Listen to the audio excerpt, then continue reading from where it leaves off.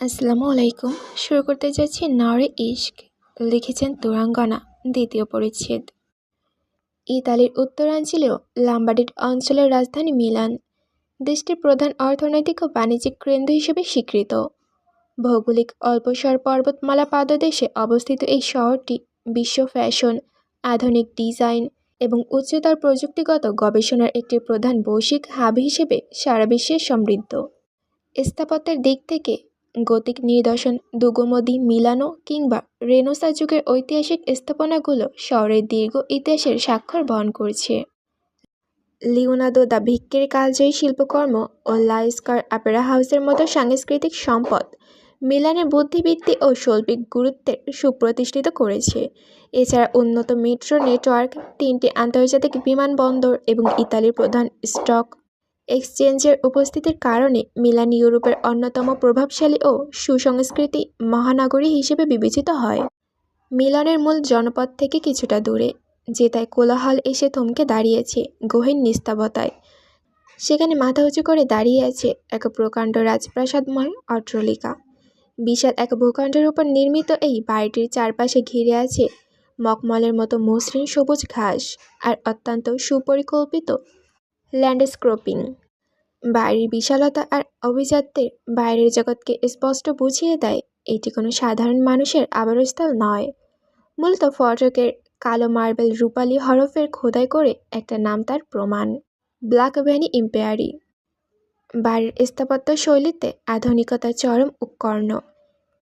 Interior ডিজাইনের প্রধান বিশেষত্বই হলো কালো আর সাদা এক ধ্রুপদী সম্বোধন।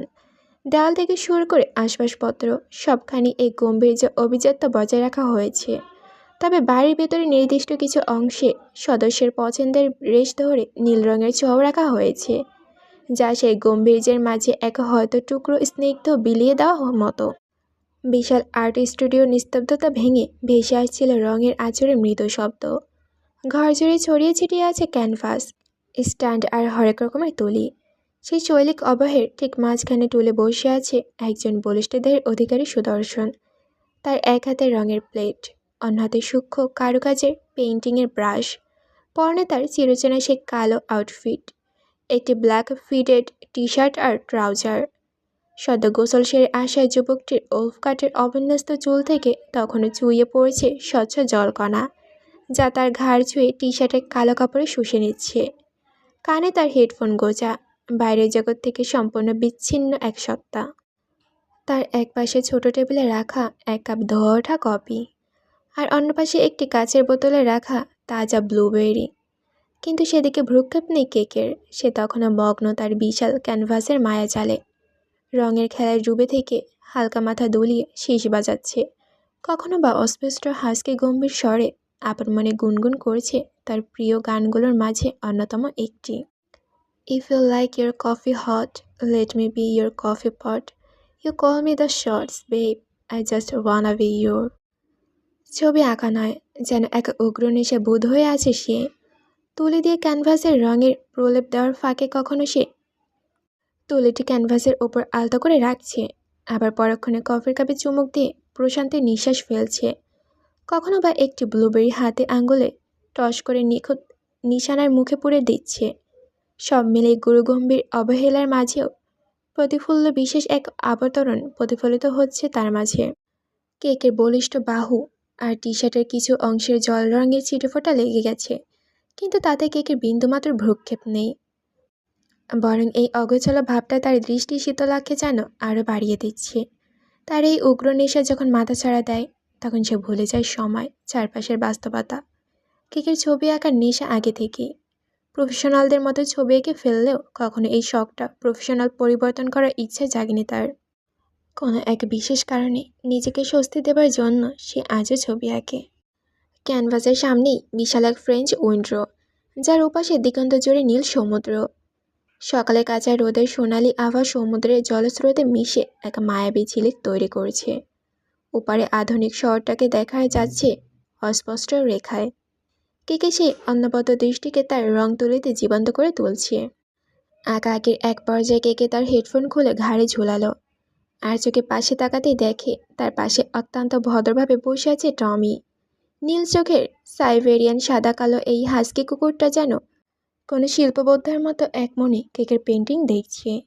কেকে তার দিকে তাকিয়ে সহজাতে গুরুগম্ভীর্যের সাথে বলল, how is the picture Tommy, do you like it? Tommy তার মালিকের প্রশ্ন বুঝতে পেরে তার বিশেষ নেকড়ের মতো স্বরে ডেকে উঠল, যার অর্থ দাঁড়ায় প্রচণ্ড সুন্দর হয়েছে, সে মুগ্ধ। কেকের ঠোঁটের কোণে এক চিলতে ক্ষীণ হাসি ফুটে উঠল।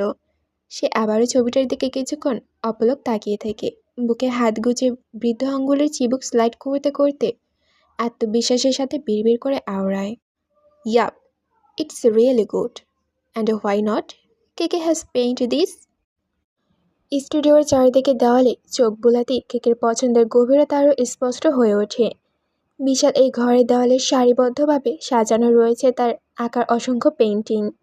তবে লক্ষ্য করার বিষয় হলো, এই সংগ্রহশালার সিংহভাগ জুড়ে রয়েছে ফেয়ারের নিত্য নতুন ব্ল্যাক কালেকশন, সব আত্মাশ্চর্য ছবি। প্রতিটি গাড়ির মডেলে অভিজাত্য আর কারিগরিক সৌন্দর্য যে রঙের মধ্যে ফুটিয়ে তুলেছে।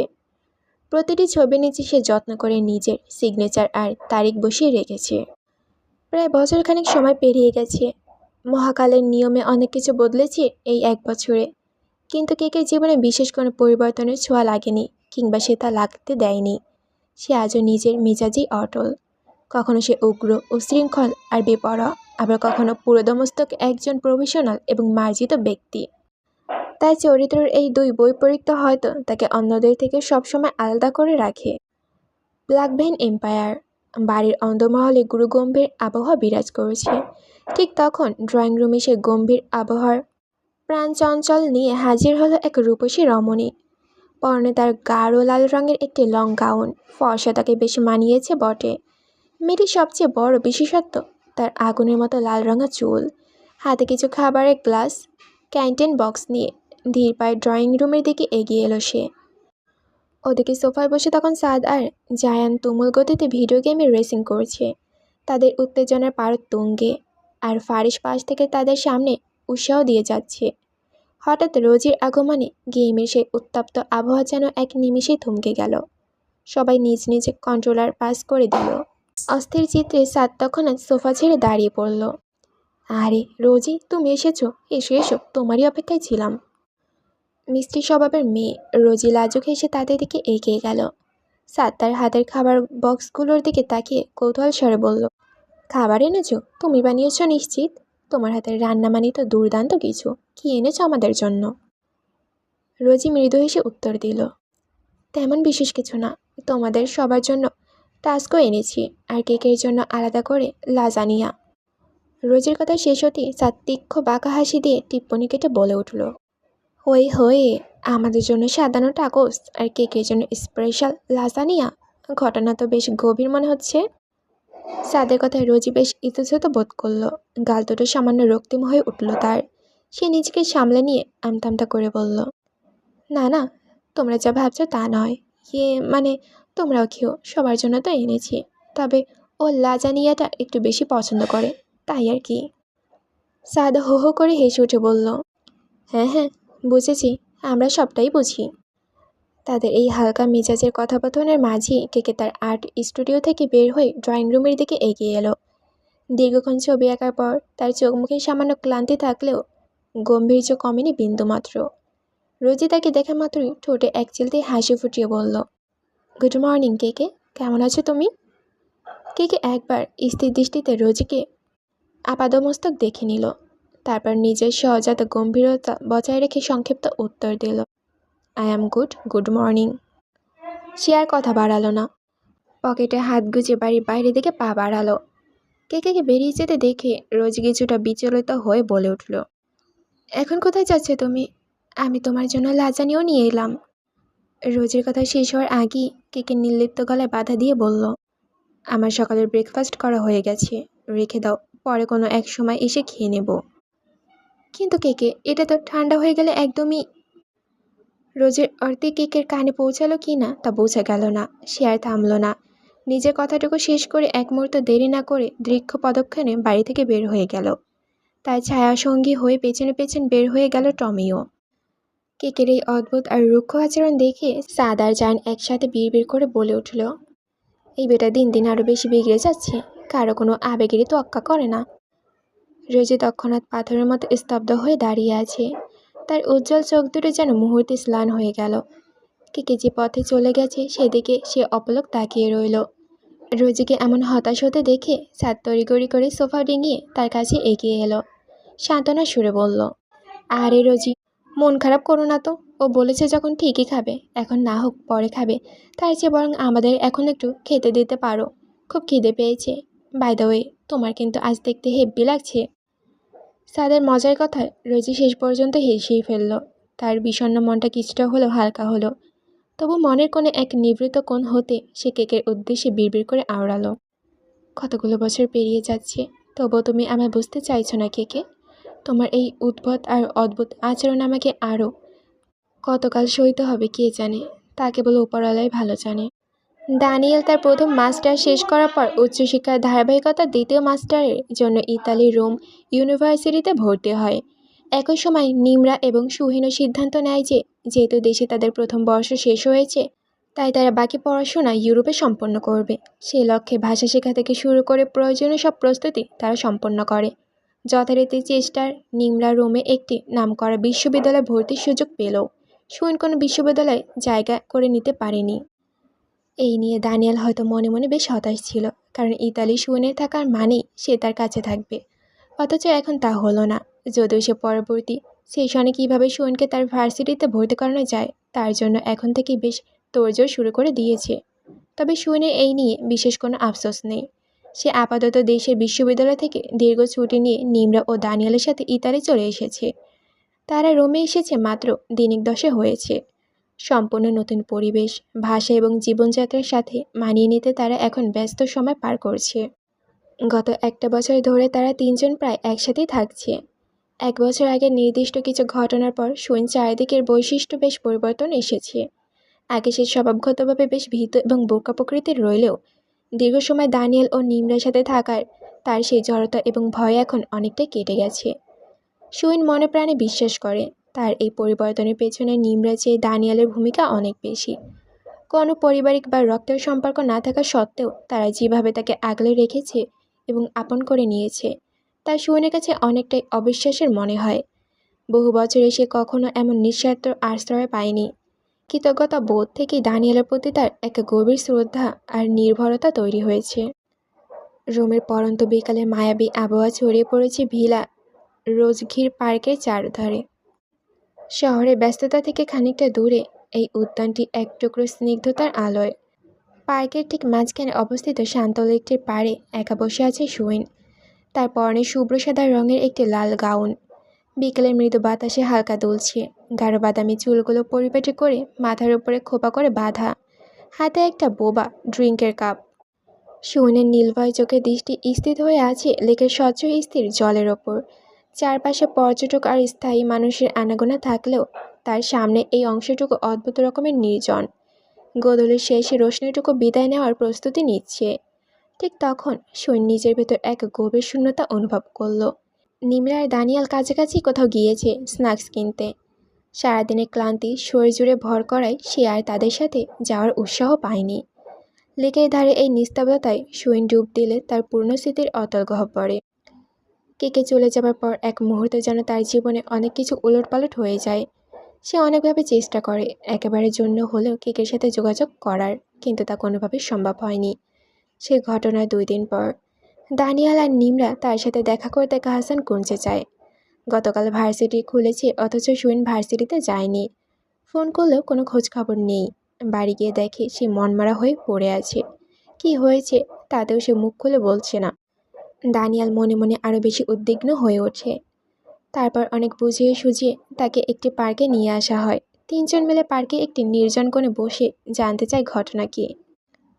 সুইন, কি হয়েছে বল না ভাই, কোনো সমস্যা থাকলে বল আমাদের, তা না করে এমন মরার মতো হয়ে যাচ্ছিস কেন? নিমরার কথায় সুইন মুখ তুলে তাকায়। চোখের সামনে দৃশ্যমান হয় দানিয়ালের বিচলিত মুখবায়ক, তার সম্পূর্ণ মনোযোগ।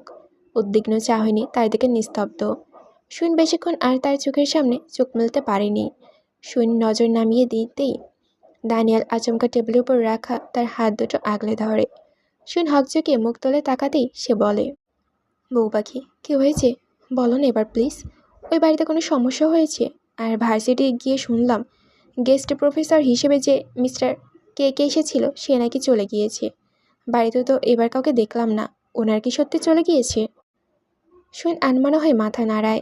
দানিয়াল অজান্তে কিছুটা খুশি হয়ে বলল, তো বেশ ভালো কথা। তুমি না বললে অতগুলো অপরিচিত মানুষের মাঝে তোমার অস্বস্তি হয়। এবার তো তুমি খুশি। সৈনের মুখটা শুকিয়ে যায়। অচিরেই চোখ জোড়া ভিজে ওঠে। তার এমন পরিবর্তন দেখে পাশ থেকে নিমরা বুড়ো উঁচিয়ে রুক্ষ কণ্ঠে বলে, এবার কি হলো, কাঁদছিস কেন? সৈন মাথা নুইয়ে ফেলে।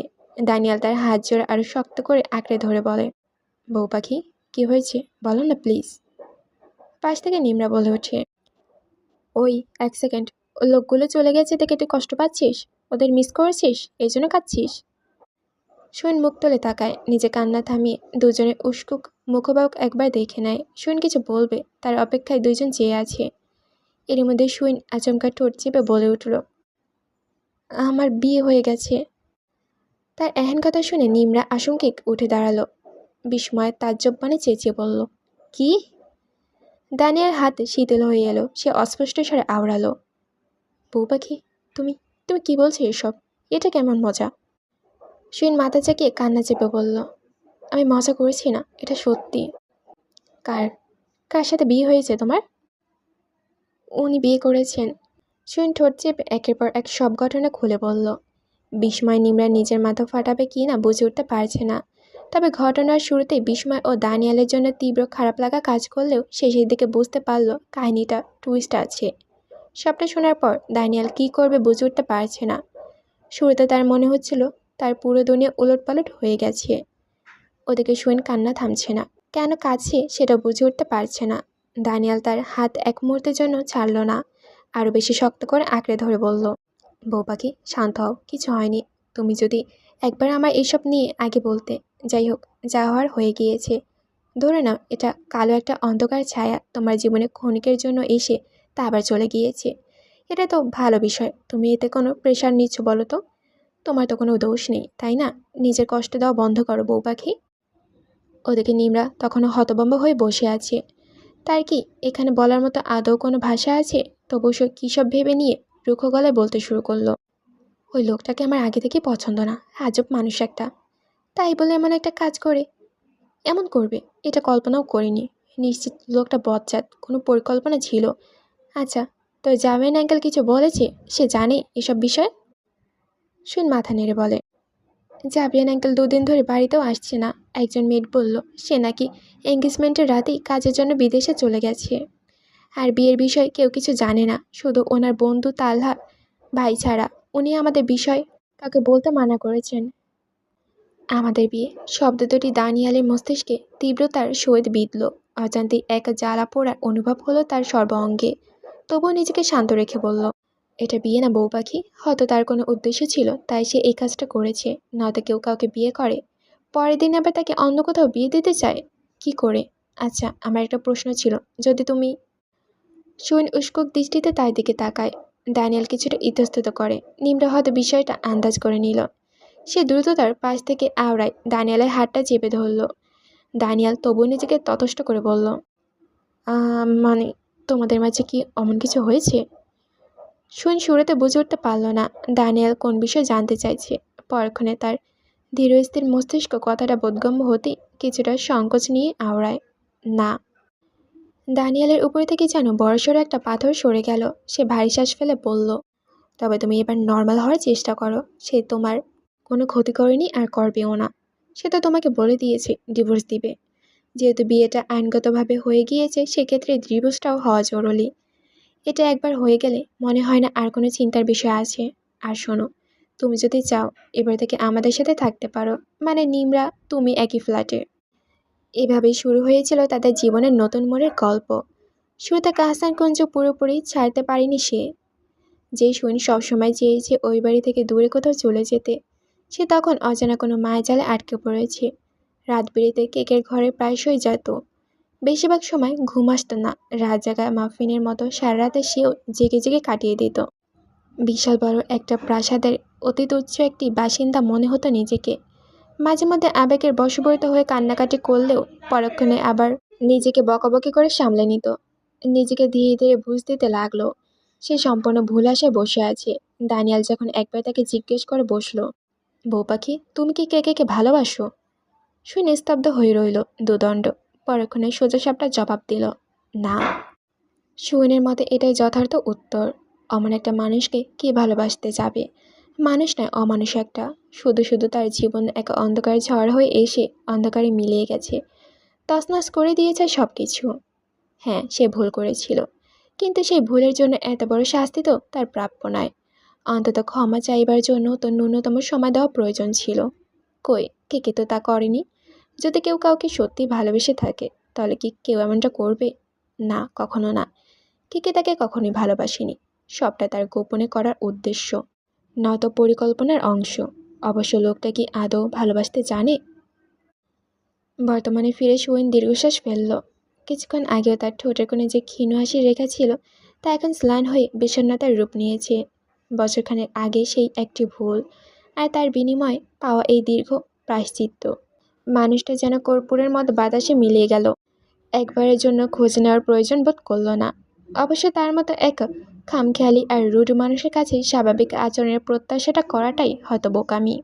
ভাবলে অজান্তে শিউরে ওঠে শরীরটা। সে অদ্ভুত মানুষটা তাকে বিয়ে করেছিল, কেন করেছিল, তার কোনো যৌক্তিক উত্তর সুইন আজও খুঁজে পায়নি। সে একজন বিবাহিত নারী, তার আইনগত স্বামী আছে। অথচ সেই মানুষটি আজও এক দুর্বোধ্য অজানার আড়ালে চিরকুটে বলেছিল সময় মতো ডিভোর্স দিয়ে দেবে। কিন্তু বছর পেরিয়ে গেলেও সে প্রতিশ্রুতির কোনো চিহ্ন নেই। সুইন এখন কেবল একটি দমবন্ধকর অনিশ্চয়তার থেকে মুক্তি চায়। তার মতে একটি অসুস্থ সম্পর্ক শুরু হওয়ার আগেই চিরতরে শেষ হয়ে যাওয়াই ভালো। কিন্তু সেই কাঙ্ক্ষিত মুক্তির জন্য তাকে অনন্তকাল অপেক্ষা করতে হচ্ছে। দানিয়াল গত 1 বছর বহুবার চেষ্টা করেছে কেকের সাথে যোগাযোগ করার। অসংখ্য ইমেল পাঠানো হয়েছে শুধু একটি বিচ্ছেদের স্বীকৃতির জন্য। কিন্তু আজ সেই লোকটার অস্তিত্ব যেন পৃথিবী থেকে মুছে গেছে। কোনো উত্তর নেই, কোনো চিহ্ন নেই। সুইন একটি ভারী দীর্ঘশ্বাস ফেলে বোবা ড্রিঙ্কসের স্টারটা আনমনে নাড়তে নাড়তে কিছু একটা ভাবতে লাগলো। লেকের জল আকাশে শীর্ষে লালচে আভাটা মিলে যেতে দেখে সে অত্যন্ত ক্ষীণমলিন কণ্ঠে বিড়বিড় করে আওড়ালো, আপনার প্রতি আমার কোনো অভিযোগ নেই। আপনি মানুষটা যে সবার চেয়ে আলাদা। আপনার বিরুদ্ধে অভিযোগ করার সাধ্য কি আমার আছে? না। আমাকে মুক্তি দিয়েছেন, না কখনো খোঁজ নিয়েছেন। কথাটা অদ্ভুত, তাই না? আপনার মতো মানুষটা আজও আমার স্বামীর স্বীকৃতি নিয়ে রাজত্ব করে চলেছেন। আপনি আমার দূরে সরিয়ে দিয়ে হয়তো বোঝাতে চেয়েছেন যে আমি মুক্ত, অথচ সত্যিকারের অর্থে আপনি আজও আমার সম্পর্কের এই গোলকধাঁধার ফাঁসিয়ে নিজে সেই অন্ধকার জগতে বন্দি করে রেখে দিয়েছেন।